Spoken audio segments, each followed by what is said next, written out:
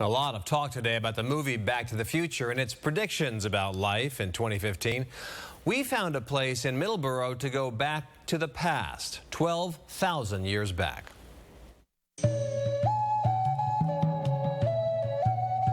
The Robbins Museum of Archaeology is a hidden gem right outside the center of Middleborough, run by the Massachusetts Archaeological Society. Museum Director David DeMello. The focus of the Robbins is the presence of the native people in this region, not only their past, but also their present. Of the more than 160,000 artifacts that the Society has in its storage, we have over 4,600 on display. Artifacts range from clothing and beadwork to tools and pottery. Some go back up to 12,000 years and were found nearby. The Wampanoag display is a site in Middleborough that's been inhabited for 9,500 years. We have this collection of what people consider arrowheads, but bows and arrows didn't appear in this area until about 1,500 years ago.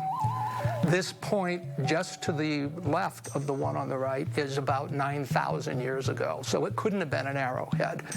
What was it? A knife, a spear point, a dart? 200 dolls make up the Doyle doll collection, all of them made in the 1950s by native people throughout North America. A snapshot of a moment in time, says DeMello. We have the walk through time. The walk through time starts with the last glaciation about 25,000 years ago and takes you up to the present. We have a display of pottery. In this neck of the woods, pottery doesn't survive long. You find small sherds. There are a number of people who are extremely skilled who can assemble those back into the form that they are. DeMello's favorite artifacts on display are on loan from the Peabody Essex Museum. If you buy a drill now, it's unidirectional, meaning clockwise the bit bites into the wood, counterclockwise it comes out.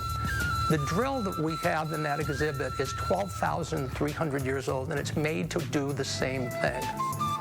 The native people are so technically and aesthetically advanced than what people imagine. They may not have built pyramids, says DeMello, but the Native Americans were as impressive as people anywhere on Earth. And he adds, there is living proof. There is an impressive ignorance amongst the general populace about the fact that Native people are indeed still here. It says not only that they're here, but they have a vibrant and strong community.